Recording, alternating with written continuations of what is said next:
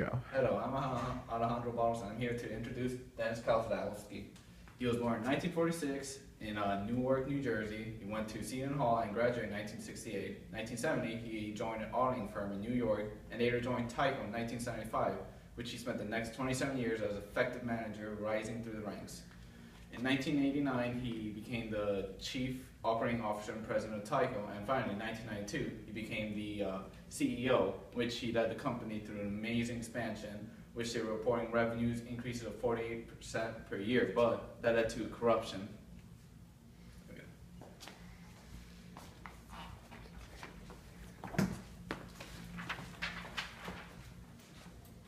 Dennis Kozlowski then became involved in one of the biggest financial scandals of the 90s and 2000s.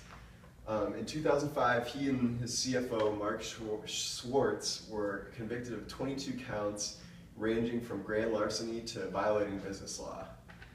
Kozlowski greatly misused and misappropriated company funds, including famously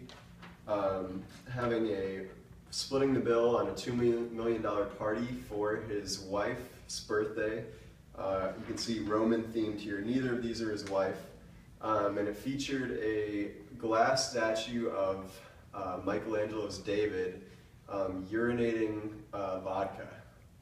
He also spent company funds on a $6,000 shower curtain for his personal apartment in New York City, which you can see right there if you're interested in what a $6,000 shower curtain looks like. As I said, convicted in 2005, and it was over the course of his career as CEO, he received $81 million in unauthorized bonuses, and approved a $20 million investment banking fee for a former director of Tyco. He was sentenced to a minimum of 8 years prison and was recently paroled this year.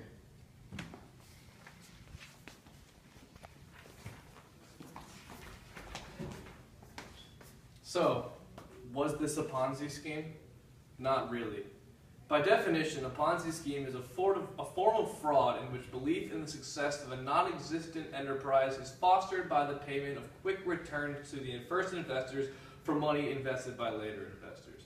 So, in a way, it's paying off later investors with the money that you got from earlier investors, never actually turning a functioning profit.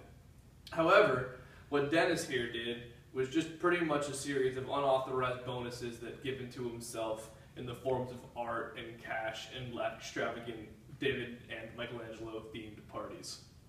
While he was CEO, he bought millions in art, and it also bought him a $30 million New York City high-rise apartment. So what happened to Dennis?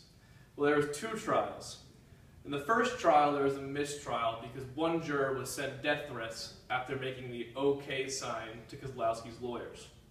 In the second trial, Kozlowski famously claimed that there was no crime, but that his pay package was simply confusing and, I quote, almost embarrassingly big.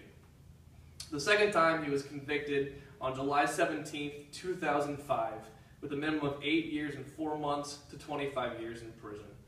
He then served 6 years at the Mid-State Correctional Facility in Marcy, New York, and was then transferred to the Lincoln Correctional Facility, where he would serve the rest of his time until his release, January 17th of 2014. There is a potential scandal about whether or not Kozlowski did anything technically wrong. Some, including civil rights lawyer Dan Ackerman, have questioned whether or not these payments to himself and his COO were truly illegal. As Kozlowski stated, "I was a guy sitting in a courtroom making $100 million a year, and I think a juror sitting there would just have to say, all that money, he must have done something wrong. I think it's as simple as that." So Kozlowski to this day denies his innocence, or guilt. Thank you.